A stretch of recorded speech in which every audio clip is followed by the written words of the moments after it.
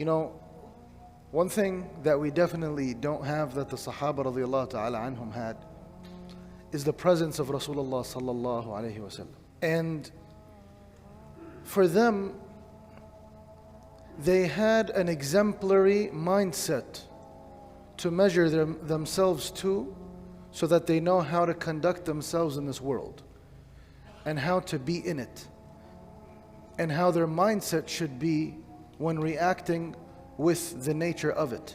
The Prophet ﷺ would often be seen saying things like, مَا لِي وَلِهَذِهِ الدُّنْيَا. What is it for me in this dunya? And the Prophet ﷺ would be heard saying things, إِنَّمَا أَنَا فِي هَذِهِ الدُّنْيَا كَرَجُلْ إِسْتَظَلَّ تَحْتَ شَجَرَةٍ. Right? I am in this dunya like a man who was traveling and then found a tree to get some rest and then move on. And then he said, عِشْ فِي الدُّنْيَا كَأَنَّكَ غَرِيبٌ أَوْ عَابِرْ سَبِيلٌ. Be in this dunya as if you are strange, or as if you're at a pit stop. And this is a very unique analogy that the Prophet ﷺ gave us, that we need to really reflect on, because he wouldn't give us something like this except that every aspect of the analogy studied, because the Prophet ﷺ was given profound speech, right, and concise speech, jawami al-kalim. And inshallah we're going to live with one of these meanings. So I was sitting with some kids, and you know, one of the things they ask about, and something, you know, children always ask about, is the enjoyment of this world. And it's very easy for a child, for something small to become a very, very big deal. It could be a toy for Eid, it could be a bike, it could be a little statement that they heard, something that they watched, but something very small is a very, very big deal. Come on, to their level. And likewise, adults, whether they perceive it or not, certain things in this dunya that are seen or regarded as meaningless or worthless are seen as a big deal by adults. So I wanted to give them an example and a story, building off of the analogy of Rasulullah sallallahu alaihi wasallam. So when a traveler stops in a pit stop, there's a long journey, and the final destination is known. And when a person stops in this pit stop, upon entry there are so many things and provisions that a person needs to carry on the journey so that they can successfully reach the destination they're trying or striving to reach. Upon entry of this pit stop, they receive a list of recommended items to get so that they can successfully complete the journey, and are asked or are requested not to indulge in everything in this pit stop, but to follow the list so that they can successfully get to their destination. And they're told if they eat too much, then they probably won't make it. They'll have to stop on the way and they won't make it in time. If they drink too much, if they sleep too much, if they indulge or waste their time too much in this pit stop, they have very limited time. But if you get the exact items given to you in this list, you will be out in time and you will have exactly what you need to reach the destination. And for everyone is their own list. There are common items, but there are items that are specific to the person, him or herself. There are people that as soon as they enter this beautiful pit stop that they never seen the likes of, because they don't have experiences. It's the only pit stop they have in the whole journey, from beginning to end. Some get distracted.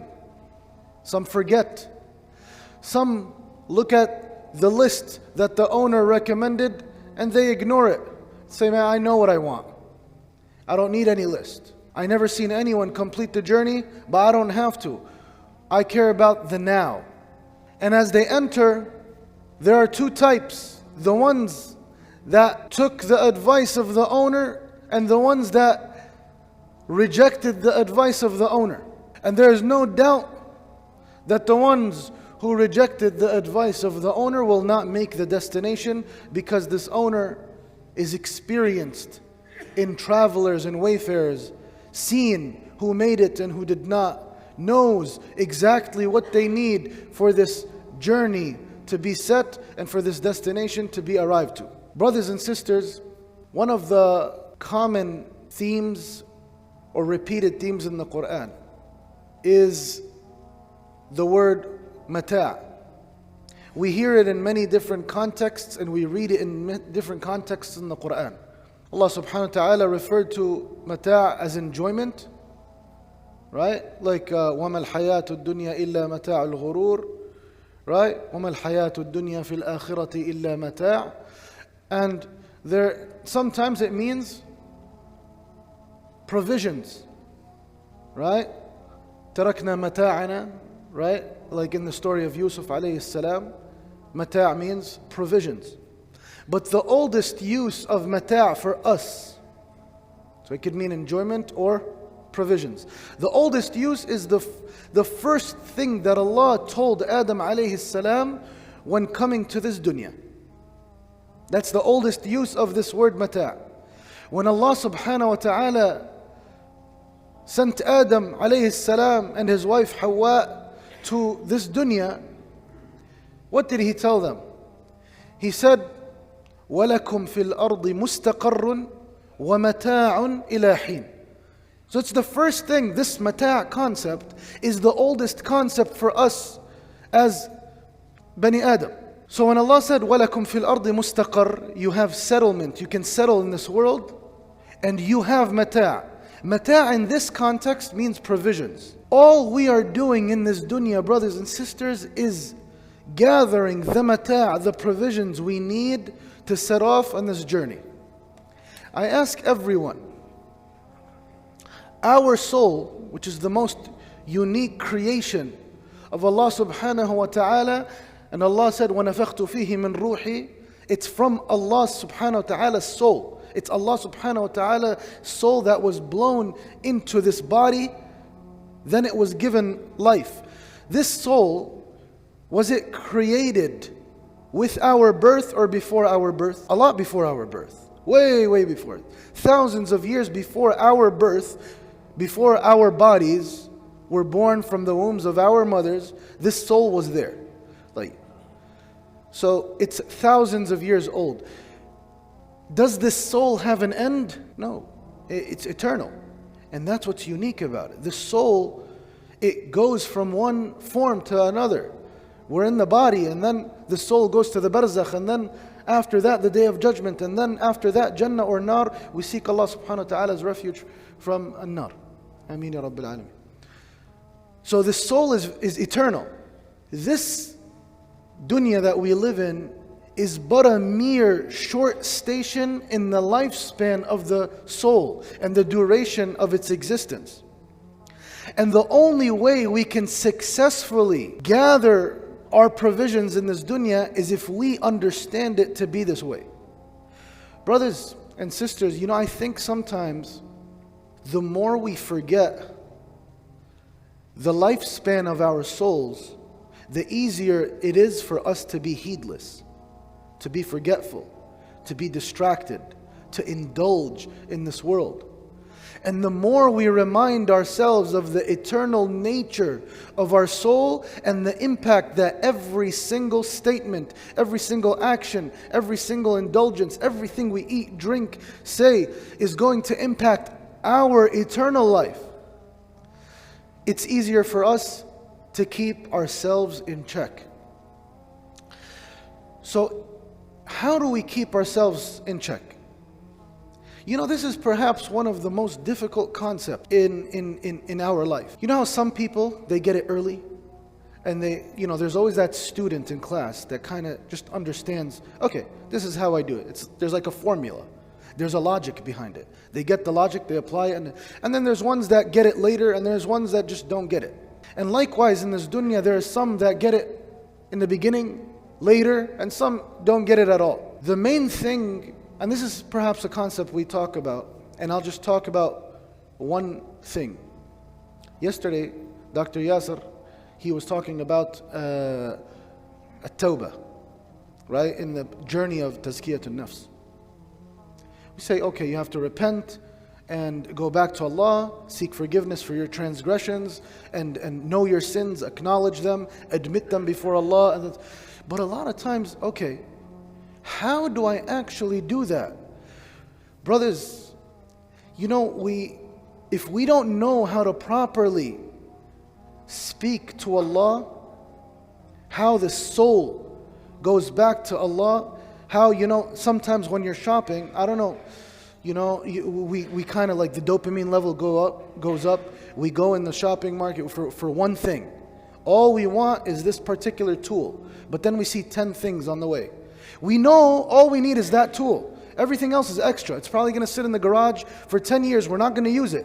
But because we got a good deal, because it looks nice, because it seems worth it, we're just going to get it. How do you stay focused in this world so that you don't, you know, this is one big thing. And one thing, one concept that I found very effective is, and something that Rasul ﷺ did, and something the Sahaba radiallahu anhum did, and all of the Salihin after them did. They would speak to themselves on their own. They would speak to themselves on their own. And this is perhaps what the Rasul ﷺ used to go to Ghar Hira and do, yatahannath. Perhaps he would go sit in the graveyard and do all by himself. The Sahaba would speak to themselves. You know, not in a crazed way. Speak to yourselves like walking in the street talking. No, it's to be in seclusion with Allah subhanahu wa ta'ala. To go find a place by yourself and speak to your nafs. Speak and say, Yani ya nafs, oh soul, what's wrong with you? What's wrong with you? Where are you going?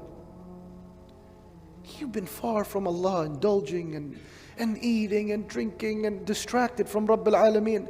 Wallahi, the sin became so easy for you. You're speaking to yourself. You're talking to yourself. You're like, you're so weak. Jannah is there, and you insist on being distracted. Look at everyone around you. The caravan left, you're behind. Look at these righteous people. Look at these Zahideen, these Abideen, these worshippers, praying to Allah, memorizing, learning, studying, being elevated in ranks, and you're not even sure of your rank. Wallahi, a session of just introspection, a session going to the park, going to the lake, going to the seaside, by yourself, looking at nature and speaking to yourself for 10 minutes. 10 minutes would be enough to set everything back in place. You know, brothers and sisters, we need to develop these habits if we want to return to Allah. We could listen to this talk and we can go back to the same habits we're doing. We can pass through Ramadan, say astaghfirullah, atubu ilayh, and we could listen Ramadans and Ramadans and Ramadans to come, inshallah. We may hear the concept of tawbah and think it's but a mere utterance of atubu ilayka ya Allah. Ya Allah, I repent to you. When it's so far from, it's just a mere word. Repentance is beyond that. So let's take this, inshallah, and make it an action item. And wallahi, no one will understand until they try it. Sitting alone, admitting, and talking to your nafs and being completely honest.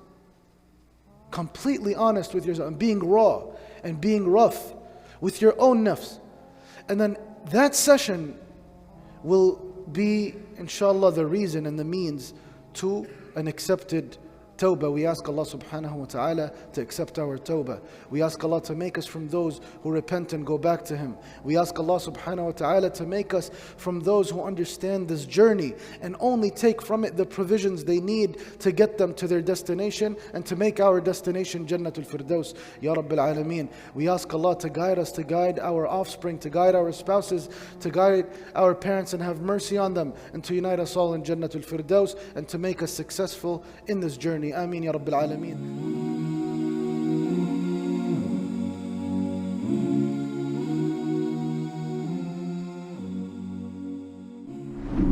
Have you ever wished that there was a Muslim version of YouTube or Netflix? Well, we have created one. The One Islam TV app has no adverts and is safe to browse for your peace of mind. Watch hundreds of high-quality produced Islamic reminders, Quran videos, stories of the prophets, hot topic, debates, and so much more. 4 to 8 new videos are uploaded daily, inshallah. You can watch or listen to videos while your device is switched off. Watch videos on demand or download videos and watch offline. One Islam TV is 100% run and owned by Muslims, which means the small amount you pay for your subscription is a SADAQAH JARIYAH, continuous charity for you, as we use the funds raised to continue producing more beneficial videos and reminders, inshallah.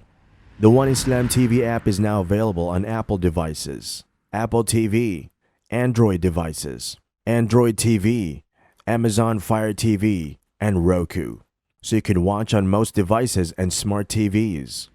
Download now for a free 7-day trial. May Allah reward you for supporting our work.